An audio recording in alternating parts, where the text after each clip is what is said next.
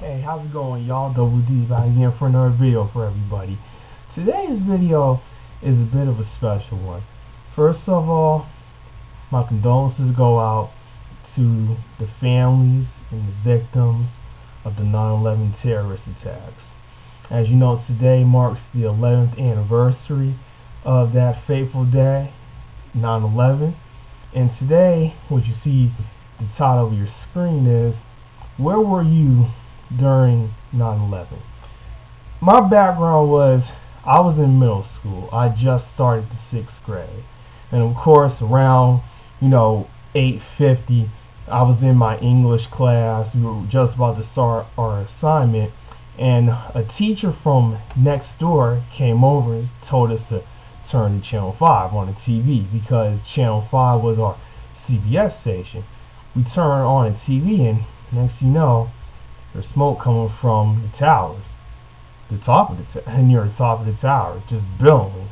Now, at first, like everyone else, they were saying a plane crash. We really didn't know what happened. We were visibly seeing smoke come from the buildings. Now, I go to my next period class, and next thing you know, we found out that another plane hit the South Tower. And then, a couple minutes later, in that same period class, second period, mind you, we found out that another plane hit the Pentagon. And so, right there, it was like this sense of just, fear. Now, at the time, the school district where I was at, the parents would allow you to come and pick up your kids from school if you felt, unsafe, you wanted them to come home. Unfortunately, it was just me and my mom at the time, and she was at work, so she couldn't really come get me. So, of course, the school I was at, the middle school I was at, they really didn't have no mandatory, not evacuation, but you could go home. I mean, if your parents came, yeah, you can go home. But long story short, I didn't go home. I stayed the whole day.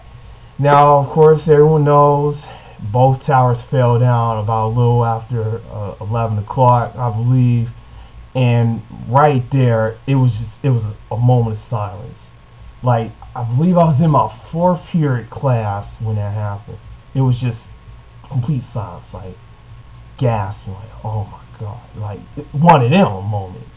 And I remember I was walking home, and it was just this kind of eerie paranoia, like when I was walking home, everyone was, there wasn't a lot of people out on the streets. It was somewhat like business as usual, but it was this fear that what happened in New York City, all those people that fell from the towers, all that the buildings collapsed, all that billowing smoke, it was just crazy.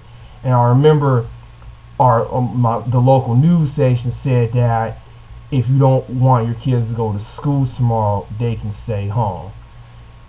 So that's just a little bit of background what happened to me during 9/11. And it's crazy to think it's been 11 years, and while there's a new tower coming up, that new Freedom Tower that's being built in New York, it's the sense that 9/11 changed a lot, and it's crazy.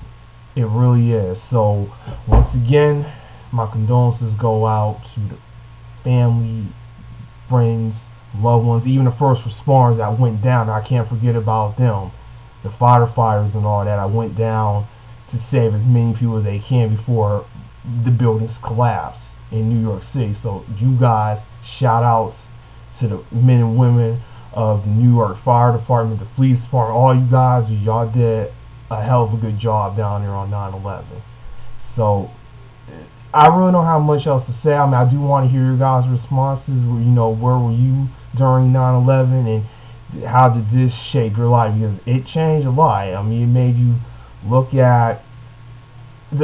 just look at the world differently. You say that America is even vulnerable to an attack. So here we are in 2012, and a lot has changed. But that's just me talking about 9/11. And it changed me also, but I wanted to hear how it affected everybody else. So that's about it, and I have nothing else to say. Good night, good day, everybody.